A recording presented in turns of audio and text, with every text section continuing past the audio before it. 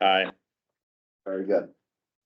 So excited to have a wonderful presentation here this morning. Sam McLearen, who's our county's Director of Planning and Zoning, is going to be sharing more information on our county comprehensive plan and educating the group on the intricacies of the zoning process. We've heard a lot on social media and in the community about zoning and what's happening and the growth of Culpeper County as we continue to grow and what the county is doing to address that. So I will turn the table over to Sam as that addresses a lot of, business and residents and attracting folks to Culpeper. So for joining us today, and the floor is yours. Thank you, Jeff. Yeah, I'm just gonna kind of hit some highlights of what we've done in, I guess, really 23 and then back into 22 and 21. So, and that's with the comprehensive plan. Hopefully most of you are familiar with that document, at least a little bit. It is a high level planning document that the board or the county is charged to review at least every 5 years. We've started that process during COVID times and then just stopped cold because it does require a level of public interference, or it should. And so we started that process up again in earnest in 22. And the board adopted a plan last year, in March of last year. And then, so that's the current plan we're working from. I don't know if you all want these or not, but these are summaries of that document that I can go through and walk through and talk about. But geez, I'm not going to just put that back. Thank you, Wade. Appreciate it. When you're talking about things planning and zoning, this is usually a good place to start because this kind of sets the county's goals, visions, action items potentially.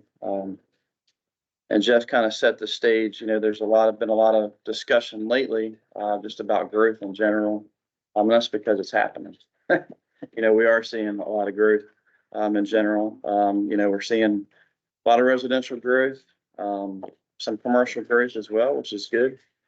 On the county side of things, most of our growth is in the northern part of the county as far as permit numbers right now with Clevengers.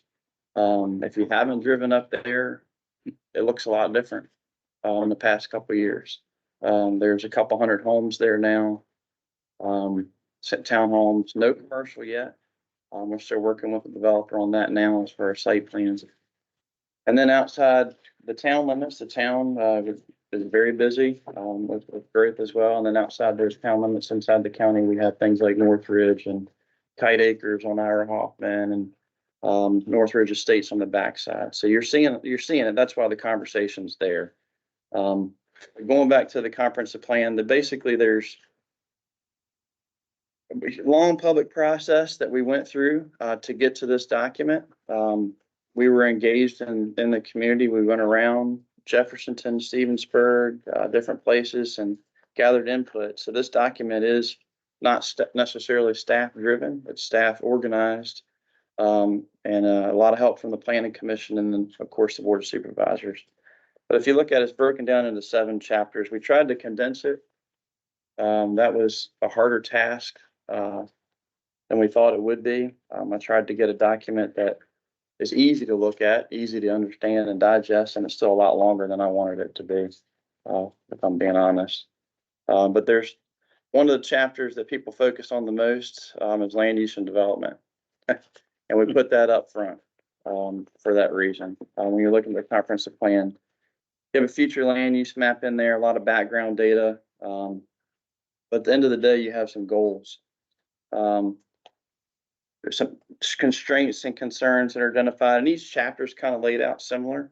But the land use and development is one that people go to quite often.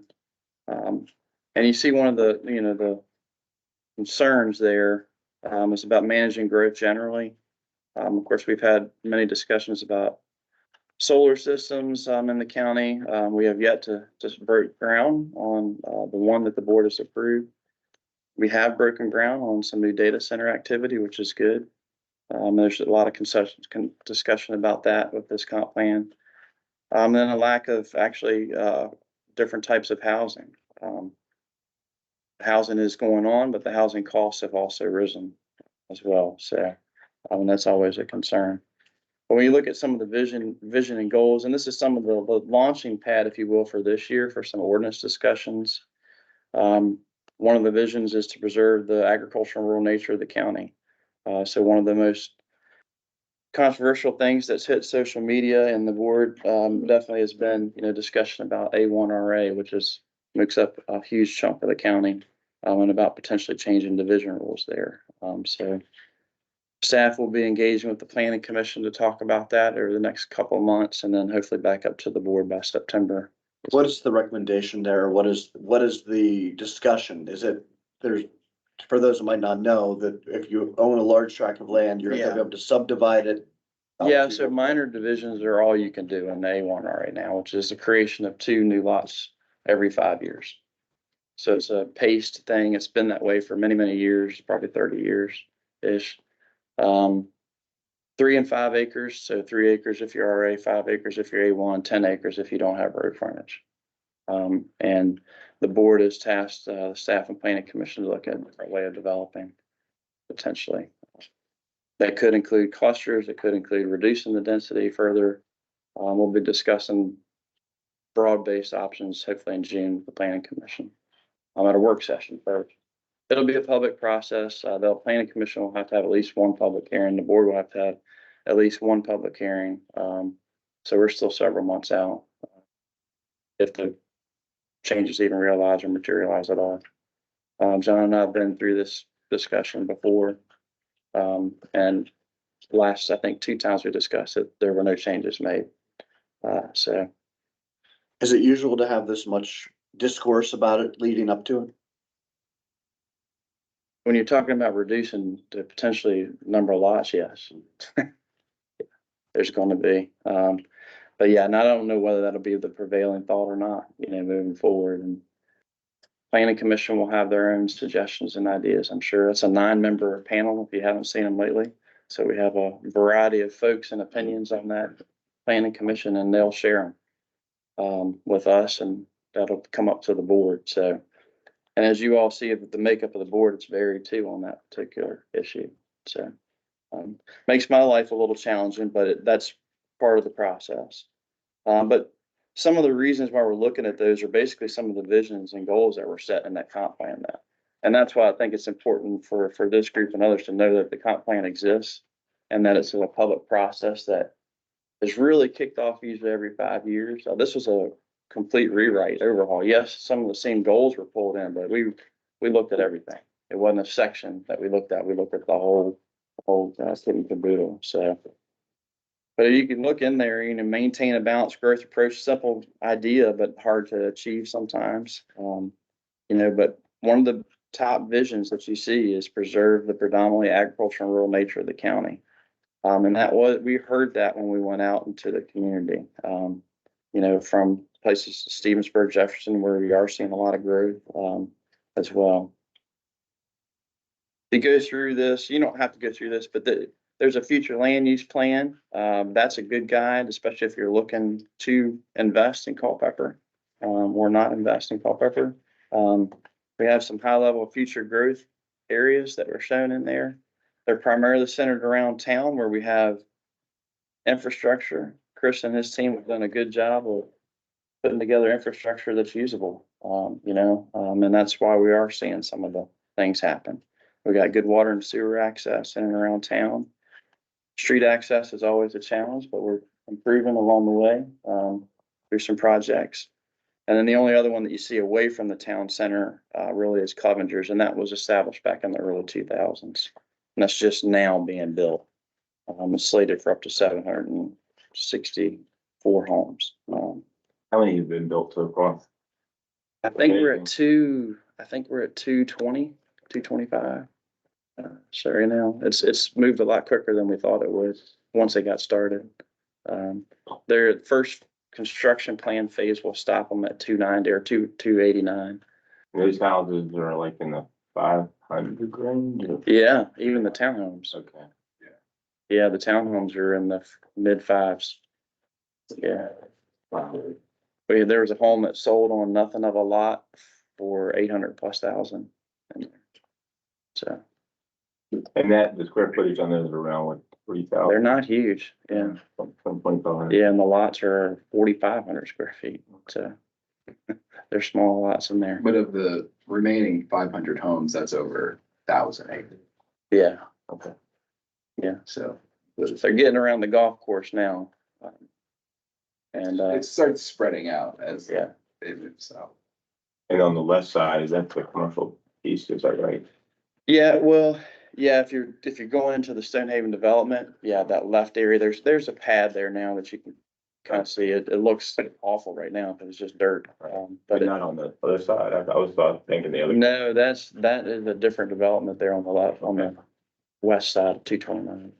Yeah, that's Piedmont Estates, and that's slated for another 92 single families, I think, too. Yeah.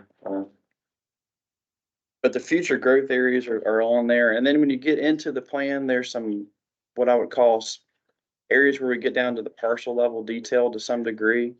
You're looking at, you look at Bragg's Corner, Eastern Business Area. We show a lot of the existing commercial and industrial is there that's still undeveloped. That's pointed out. It's also part of the urban service area, for water and sewer potential. It's already there in many places, potentially could be expanded a little bit further. Catalpa area, which is just north of town, so basically in between Catalpa and Ira Hoffman, back into the North Main Street extended there. We do show some potential future growth there, limited, but some around the high school and the county sheriff's office there. The south area Ed. of I'm sorry, this is David Silverman. And my store is actually out on Bragg's Corner. And since you brought that up, and there is a lot of growth going on out here. How does roadway, things like traffic lights, as this expansion changes, how are some of those things addressed? Because I'm sure, from a personal perspective, that intersection right here right by the Shell station on the corner is, yes. it's waiting. David, I'm familiar with your spot right there. Yeah, that is why chapter 3, which is the very next chapter, is transportation.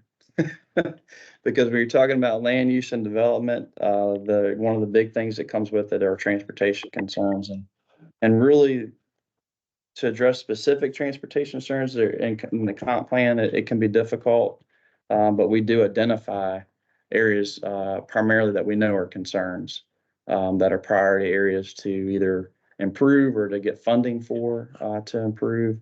And the intersection that you're talking about specifically there at Bragg's Corner Road and Bennett Road and Rogers Road, is a priority intersection. What that looks like, we don't know right now. I'll share that with you. It could be a signal, but VDOT's very opposed to signals in general. It could be a roundabout, but if that's the case, it's probably several years out still.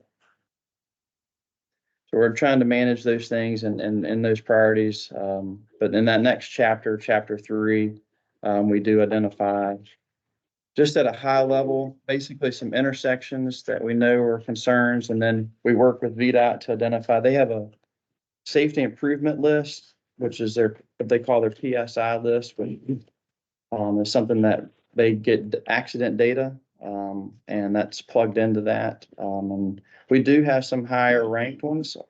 Some of them are closer to town, like the Ira Hoffman intersection there in town, and then going back into some of the other signalized intersections in town. In the county, one of our highest safety rated intersections is actually at Clevenger's. It's at 211 and 229. And then we have a few that are a little bit further out on 29, or again, our signalized intersections actually, that will continue to need some work at Brandy Station and Elkwood. But we're not proposing any changes there at this point, though. But that next chapter just kind of lays out just a list basically of needs. And there you'll see some segment needs, like there's a map there in chapter 3 that talks about segmenting. I mean, it's 229. I mean, if you're talking about a road that needs a little bit of planning, and it's going to need some planning over the next 5 to 10 years plus, it's Route 229 north going from the town. So it's a single lane road, very little shoulder, but a lot of growth. So What about the new Ira Hoffman? There was plans originally at some point in time to connect it down to 29. yeah, Is that still in the 10-year plan? it is to a degree, but we're hoping that it does a shift a little bit in this comprehensive plan, where we were hoping to use existing road networks to expand those, to do that, to get that loop concept coming from 522 basically south to 29. The one section John worked on for years, and that was successfully built. Our Hoffman coming from 229 to 522. And then, of course, the eastern section was built prior to that. The Bragg's Corner area tying back in, that's another area that was highlighted in this plan. We have a major barrier there, and it's the railroad track. So planning that around that, will always be difficult. We have at-grade crossings at 666 and then inside town too. And then we have Knowles Mill, which is a very limited bridge structure. And that'll be impacted by the new over 55. Yeah, Development Williams that's coming as Mill, well. Three Oaks, I think is what they're calling themselves now. They've changed their name 3 times, but I think it's Three Oaks now, but that's a 55 plus community there that will certainly touch that corridor. There's some minor changes to the intersection there for an R cut. And then the town I know is working on further plans for that whole corridor, actually. We've actually applied for, 80 million in smart scale money. Whether we get it or not, I don't know, but that's probably, even if we get it, it'd be 2030 or beyond before it would be done. It would be to put roundabouts at each end of the R cut. Okay. Because that's really the limiting factor with that R cut right now is there's really space limitations in it. It's a semi R cut. It's very, very tight for the turn on bed for this. But as we grow, trying to figure out how to improve or connect basically that Bragg's Corner, Rogers Road area back to the town, which is your main center, will be something we'll continue to have to look into. And that kind of hits on what you were talking about, David, too, as far as the intersection itself, but then tying that back into the town as well. The other corridor that is something that will be of concern is the 29, which is the not the limited bypass section, where we don't have interchanges, and that's out there where Wade is. And from the town back to the Madison line, we've seen some growth over the years, but we've also seen an increase in, unfortunately, in accidents there. And that's not from Culpeper residents so much, but the pass-through traffic is incredible right now. So there's 35,000 vehicles on any given day that are traveling that corridor. So, and when you don't have signalized intersections, it's hard for people to get in and on and off the road at times safely. So, but it's another study corridor that we're hoping to get some money to study that whole corridor as a whole, actually. But transportation is a big part of it. I mean, that's one of the heavier hitter chapters in the comprehensive plan. And then we do build funding applications typically from those priorities. There's Chris mentioned smart scale. That's a big source of funding. That's through the state.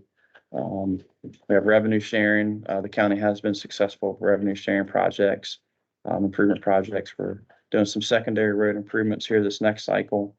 And hopefully the next cycle after that, Stevensburg Road is another one that we're hoping to improve through that process. The other chapters, you have a historic resource chapter, environmental resource. We kind of combine those, and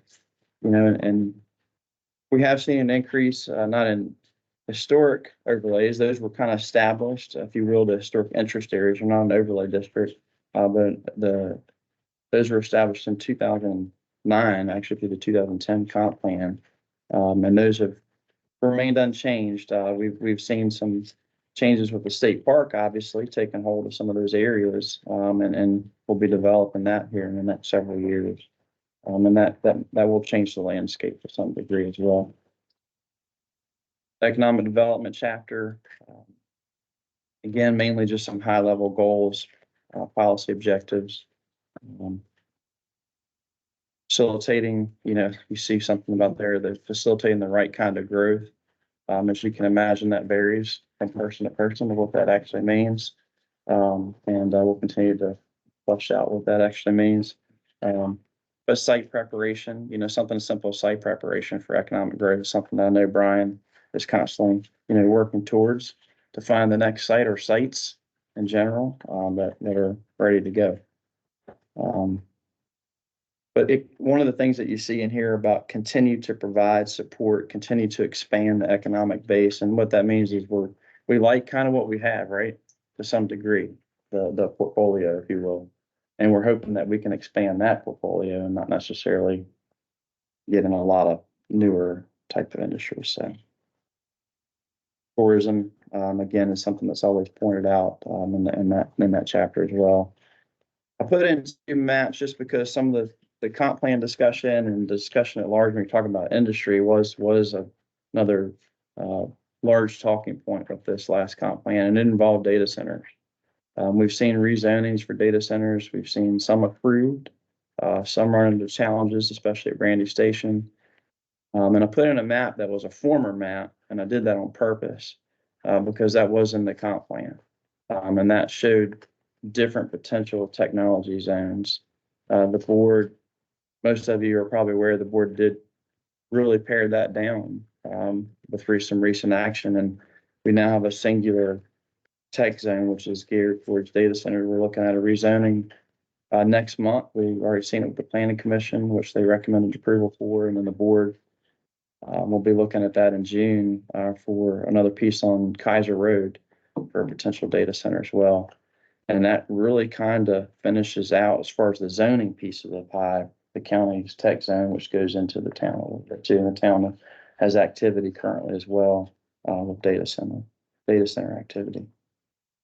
But the tech zone is more for tax purposes because It is. It's a you tax could, incentive. you could buy Sure. a business could purchase a plot of land and say, we want to put Sure. a data center here, but it's up to approval by. You could, and the only place that you can do it is an industrial zoning. So we have some existing industrial zoning that does sit outside of this designated tech zone, so someone could potentially try to develop that for a data center. But those needs are great when it comes to power. And we're kind of waiting on power to some degree at this point. So It's significantly limiting though, our current zoning for light industrial if you're not in the tech zone. The tech zone allows you to go to 75 feet. Building at 45 feet is a little bit, that's our limit for light industrial outside of the zone. It's extremely limiting to their prospects. important part of this exercise was to, one, consolidate a little bit because they do demand resources, right? So, and part of those are big power lines. So the concern was there would be power lines everywhere, right? If we're allowing rezonings for data centers everywhere. And that really drove some of this discussion. And that's why you see that singular effort now at this point. So, and it's working. We're definitely are seeing traction and site plan development actually for several of the sites right now. So only one that's being constructed currently, at least in the county, is not actually in a tech zone, and that's on route there for Amazon. One of the other big chapters always when you're talking about, and that's probably a little further back behind land use and development than it should be, and that's your community resources. Usually the heavy hitter in this chapter are planning, for schools, emergency capacity as well, emergency services, school capacity, and looking at things like that. We have utilities as a separate piece of the comp plan, and that's again another huge piece of the pie when you're talking about potential growth or the growth of the county or the vision of the county. There's a map there towards the end that I think is chapter 7 when you talk about utilities. We have an urban services area and then a potential water and sewer service area. And that largely, as you can see, it just expands a little bit beyond the current town boundaries in certain places. But follows a lot of the existing zoning. A lot of it that's developing today and some of it that still has the potential to develop that's already zoned. And I'll continue to bang the drum. John's tired of hearing me saying broadband. Yeah. That is a utility. Sure. it Um, is, yeah. and so I know that that's still something you guys are working on with all points and is a coming attraction, but, I It's, know it's a many in the coming county are attraction. hungry for it, including myself. Yeah, no, that's a big deal. And I'll be honest with you, we'll probably have to play a little bit of catch up on the planning side of things to see how that impacts growth in general, because that's, as you said, it's pretty much a utility. And it may drive how people live, work and play too. So, so we'll have to pay attention to that. But it's not there everywhere yet. But Right. It's, Right. it's coming. So, we're working on that still. At the end, I just put in some things, and these are, once the comp plan is kind of set, it's an evolving document, meaning that it's not set in stone necessarily for a 5-year period. Sometimes it is. But the board can take, and the planning commission can take initiatives to make amendments to it. And we have, at different times over the years. So it is a changing document, it's an evolving document, it's a living document, and it is a general guide. It's not the gospel, it's not an ordinance, it's not something that we can go to someone and say, you have to do this because it's in there. That's not the type of document that it is. Now, we do have documents that are that way. And the biggest one is the zoning ordinance. The zoning ordinances are basically our county regulations that regulates, we have 13 or 15 different zoning districts spread out across the county. We have 4 or 5 overlay districts, such as the watershed management overlay district on the western side around the lakes. The airport overlay district for height and around the airport. We have an entrance corridor overlay district, which governs ARB, the Architectural Review Board, around our major corridors. And things like that. Those are things that do impact anyone that's looking to go through and do anything on their property. So you do want to pay attention to the zoning ordinance for wherever you are.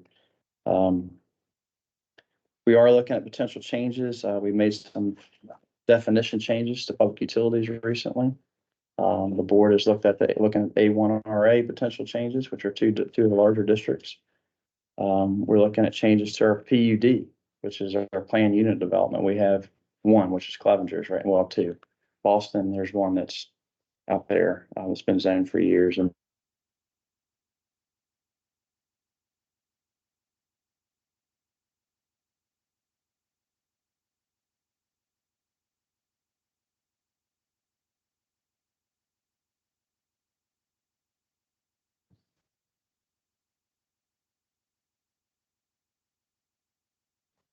in some ways, based on the way we've developed and the way we have our plan, we don't really anticipate that actually happening. But its zoning is there, and ready to go. Going back to the ordinance stuff, and Amy kind of picked up on the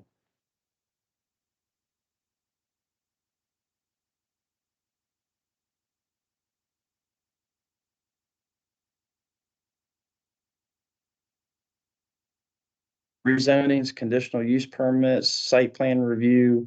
That's where the nitty gritty happens, for development in general. So if someone, for example, wants to do a data center, like you mentioned, they most likely have to go through a rezoning process if they don't have industrial zoning already. And that's an involved process. There's usually a pre-application period, with us, with the staff or others. In that pre-application process, we have a certain guidelines for that now. It involves agency reviews. So you got your VDOT involved always, your DEQ, which governs not manages, but has oversight over our stormwater. And the county health department, of course, soil and water, environmental services, the town of Culpeper, primarily for utilities. And they're going to involve public hearings, and that's something that we always remind people of. It's anything that's going to require some type of major land use change. There is a public hearing element involved. Normally at least 2. One's the planning commission, 9-member advisory panel, as I mentioned, the board supervisors, 7 of them. Rezoning process can take upwards of 12 months or more if it's a complicated rezoning, or as little as 4 months. And then site plans would be your trigger after that, right? If you have your rezoning, you get that approved, the next trigger usually is your site plan for development. And that the way our ordinance is right now, there's only a limited amount of site plan activity that actually goes to the planning commission. Most of it is done in-house. And for development purposes, that actually works pretty well. Set of standards in the zoning ordinance as far as landscaping, lighting, parking, all that good stuff. And then you go through that process, you get your agency approvals, and then, and staff ultimately, would approve that site plan. And we do have some significant site plans. We've got a couple of big rezonings we're looking at right now. So if you haven't engaged in that process and you want to watch it, I encourage you to watch it, and see how it goes. You know, it's an interesting process. I've been doing planning and zoning work. This is my 24th year. And every hearing is unique in the fact that you get different people, because you get different land involved, different neighbors involved. So it is interesting. The public element changes with each application too. So even though they kind of look the same. You know, if you have different neighbors, you're gonna have a different take. So, and that's just the way it works. Amy, that's all I wanted to share. But Jeff's asked some questions. He's. Does anyone else have any questions? Sam, Sam, this is Katie. David. Refresh my memory. How many houses have been approved? Is it like 6,000? Not built or something? Yeah, so if you're looking at the existing residential zoning, yes, that's probably about what that zoning would yield, probably between 6 to maybe upwards of 7. Now, is that sites or is that already been? That's zoned property, some of which is platted, and we have lots, most of which is not platted, meaning that it could be platted and developed, but it's not current. Which does that take into consider? Now, where does Dr. Brad's come in as far as schools for 6,000 homes? How many kids? No comment. Next question. How many kids per family, per home do we average today? 2? It's less than 2, but yeah, it's. Average out 2. Yeah. Well, to that question, we have drilled down to, we can do that by neighborhood. So that if, say, Cleveringer's has a comp neighborhood in the county, and we say in that neighborhood, we're putting 1.25 kids per household, we apply that to property size, property cost, and the nature of the house. So Yeah. we have a consulting firm that helps us with that. And we work with the county on that and do a pretty good job keeping up with what anticipated growth is. That's why we have on the table, it's happening, building elementary school number 7. Elementary school number 8 is probably not too far away. And then looking at sites and places that, even though we're doing a $68 million renovation to a middle school, the next step after 7 and 8 elementary is probably going to be a middle school or something of that nature, if this keeps going. So, but we, to say it's 2 kids per house every time, no, it does vary, but we have ways we can compare that. And It would actually do a better, to Dr. Brad's point, the school system is doing intentionally, in my opinion, a lot better job of keeping track of each neighborhood, because each neighborhood, whether there's a townhome or a single family, it varies as far as potentially your family size or the price point, you know, of what you're getting. And Rob and his team, Dr. Brad with Rob and his group, they are thankfully in touch with Andrew from the town and then myself on a regular basis, so they know what type of neighborhood is coming online next, and that has been helpful. And that really drove the discussion for where we're looking at doing the next elementary school. So we've got potential 6,000. We have building sites, possibly, that maybe some have water sewer, that Most of those would have at least potential access to it. Okay. That doesn't mean that it's currently there though. are there some sites who do not have water and sewer that could be included in the 6,000 to take it to 8,000 to The 9,000? way the comp plan is driven, Tony, and then the way our existing zoning is, not much, if any. Okay, yeah. So water and sewer to the county would not be feasible at this point. No, it would be, It would. based on our agreement and allotment. There are areas that as far as I know, we haven't used all of our, allotted, water and sewer capacity. So there is capacity, and we show in our urban services area where we do see some properties in the county using it. For example, one that may be challenging, but expansion of Three Flags. There's a lot of zoning there, on that south side that's potentially, we're looking at a site plan, getting ready to look at a site plan for new townhomes behind Friendship Heights, apartments there off of, Madison Road 299. And that south side of the town is probably going to be the next hotspot in the county, as far as growth. But there is access to water and sewer on that side, so. So most of those, to answer your question, would have access to water and sewer. Okay. So. Is there any more traction on the extension of, I can't remember the name of the road that goes between the two middle schools off 15? Yes, thankfully. We're working on that, the Sims Drive, Since that's it. which AG Richardson and Pearl Sample, where we're actively working on that now, trying to connect that to Friendship Way, which is another public road. It dead ends today. Yeah. It would really help, not only provide good safety access for the schools, but help with a little bit of traffic flow as well.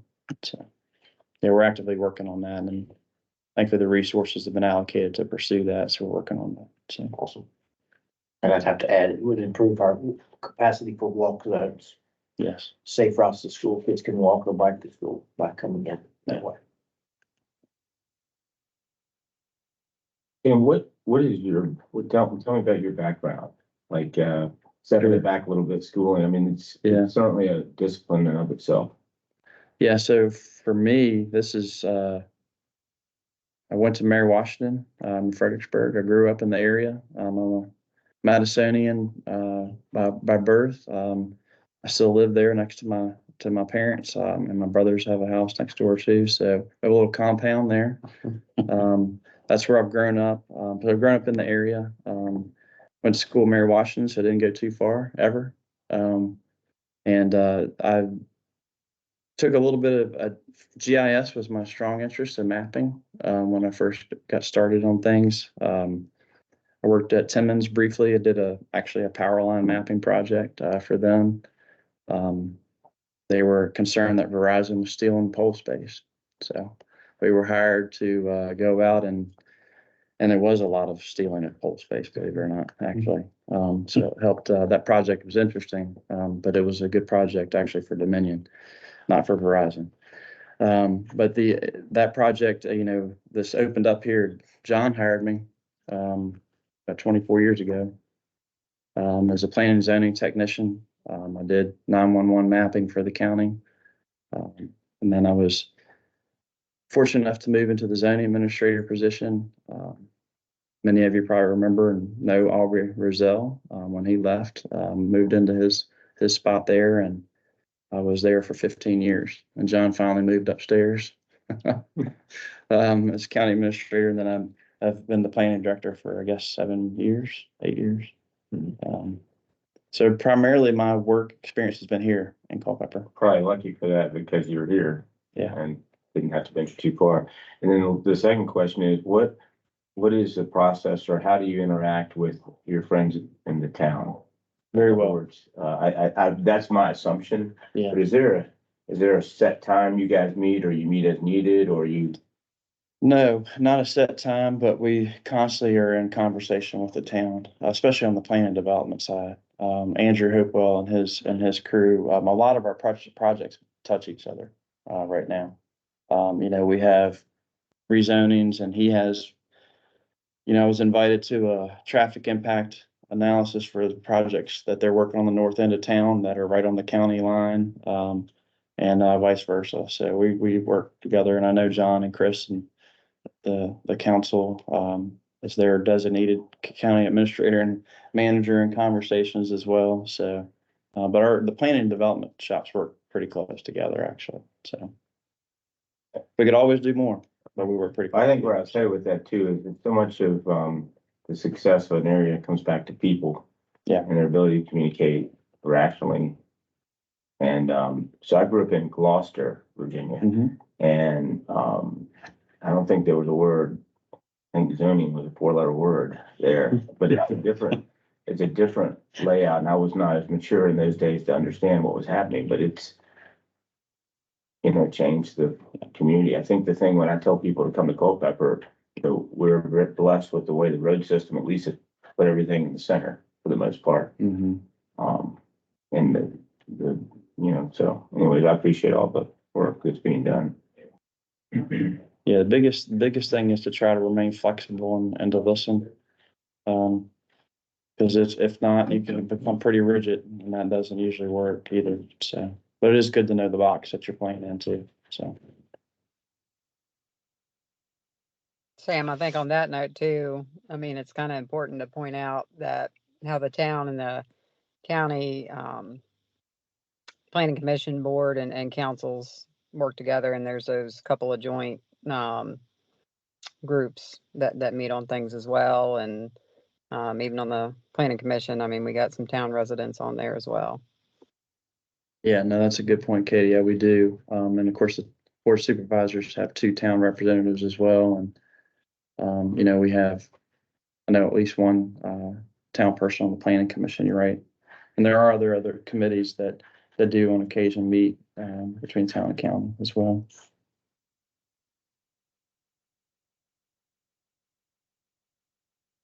Any other questions? Awesome. Well, hearing none.